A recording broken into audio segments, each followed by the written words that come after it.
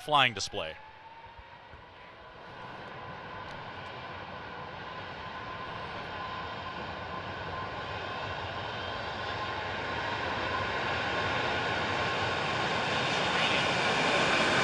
Farnborough International Airshow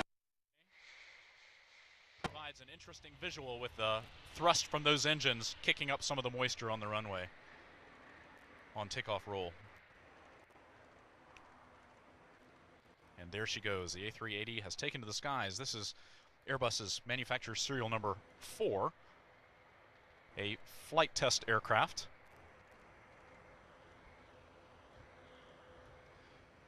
And Mike, this aircraft does not have an interior. It has flight test equipment on it. Is that correct? Yeah, that's absolutely correct, Clay. This particular aircraft is fitted out with flight test equipment inside.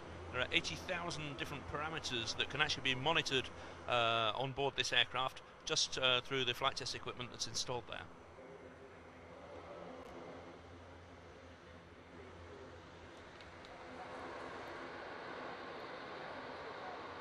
This flight is being piloted by Airbus test pilots Christophe Caille and Robert Lafontaine, and also assisted by flight test engineers Xavier Lesseur, Thierry Lewandowski, and Gérard Desbois.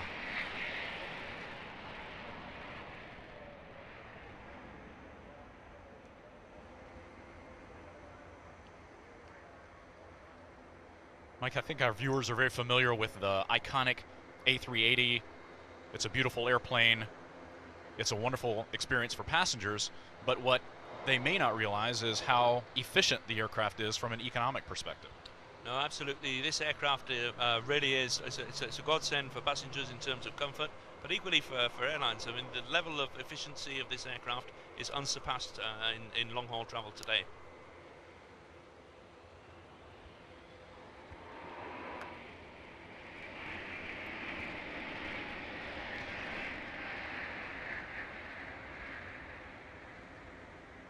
The A380 has the lowest seat mile cost of any wide-body aircraft in passenger service today. And it's also quite flexible from a capacity standpoint. Yes, absolutely, Clay. In fact, in a four-class configuration, you'd be looking at something around about 544 seats. But of course, that's a very comfortable four-class seating configuration, and that could actually go up to something like 853 seats in an all-economy configuration. The A380, you've seen its dimensions, its 2 decks. It really gives airlines the flexibility to be able to change the layout and adapt the layout to whatever the demand is.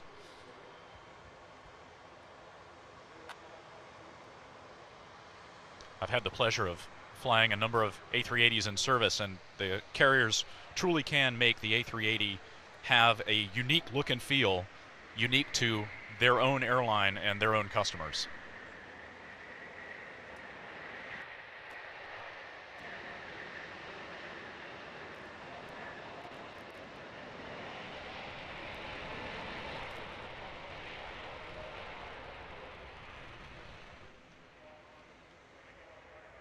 Our viewers no doubt have seen the iFlyA380.com sticker on the aircraft.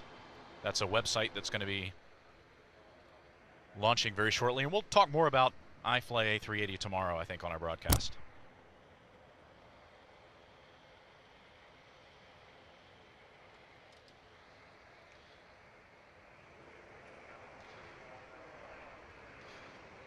Mike, yesterday Airbus announced that in 2018 we would be going to 12 A380s being manufactured a year. But the company's really quite bullish on the long-term market for this airplane. Tell us why. No, absolutely, Clay. I think, if you look at the way demand is growing today, the number of passengers that travel in the world doubles every 15 years. Obviously, ground infrastructure is very quickly getting congested. I mean, we've all been to major hubs like Heathrow and seen the congestion there. And really, the only solution for airlines to be able to grow is larger aircraft. And that's where the A380 comes into a world of its own, because not only can it beat congestion on the ground, but equally congested airspace becomes a problem of the past with the A380.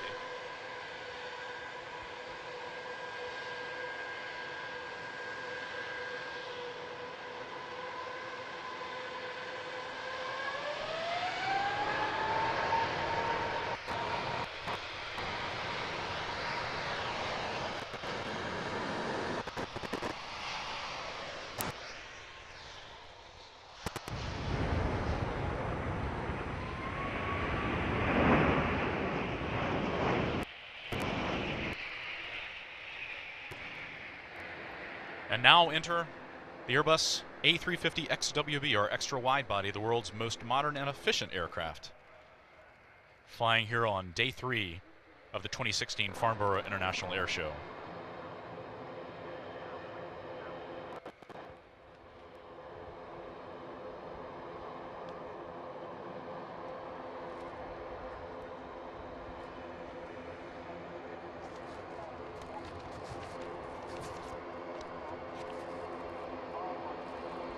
Mike, we talked about the cabin in the A380. Tell us about some of the cabin features of the A350 XWB.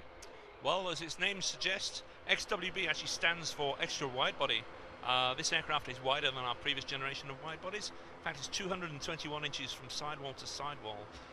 If you compare that with something like a 330, which is 222 inches on the outside, give it an extra inch and you could get an A330 inside the A350.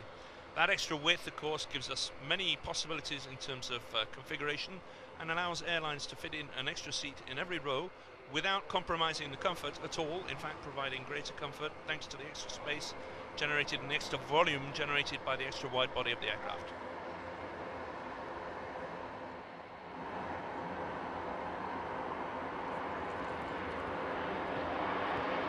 Now this aircraft, the A350 XWB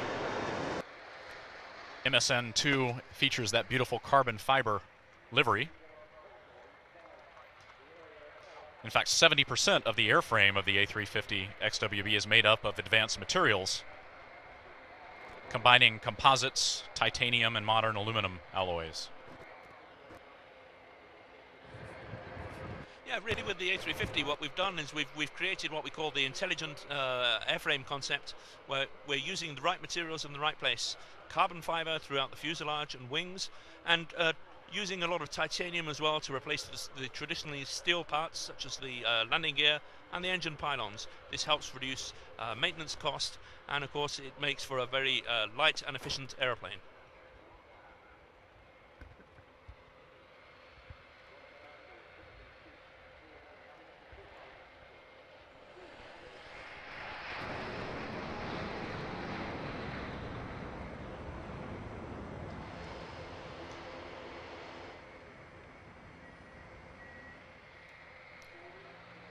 The A350 XWB has a number of things in common with its sister aircraft, the A330 family.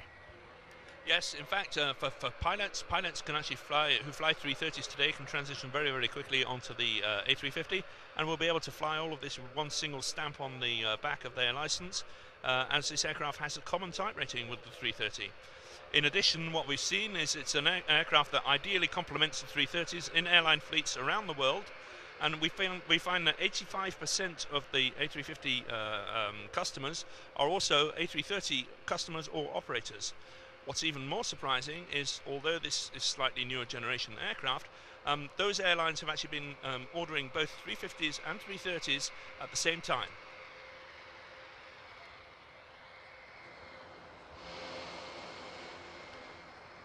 Mike, I don't know whether you saw it, but this aircraft, when it was on the ground earlier this morning, had a visual inspection performed using a drone equipped with a high-definition camera. Yes, absolutely. It's quite something to see, actually. It's the first time I've really seen that. I was watching it here from the balcony, and just watching that drone fly over the aircraft really put things into scale, and you could really see the dimensions of the aircraft compared to the size of the drone. Yeah, so the drone followed a predetermined flight path and took a series of pictures automatically.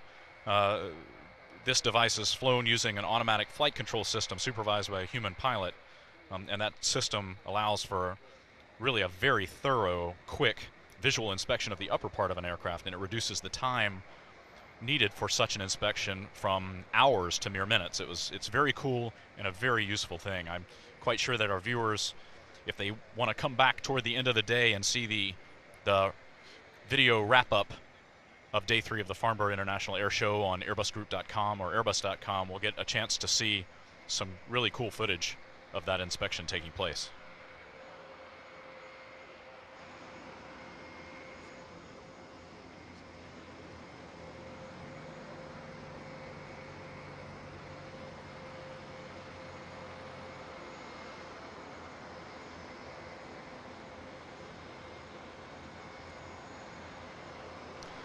think we're going to get a bonus pass by the A350 here in just a little bit as the Farnborough Airshow ground crews get the A380 back in place on the apron.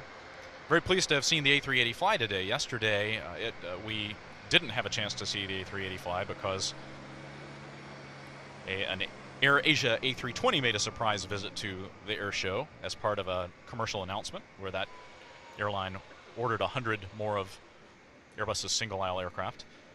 But the only place to park it was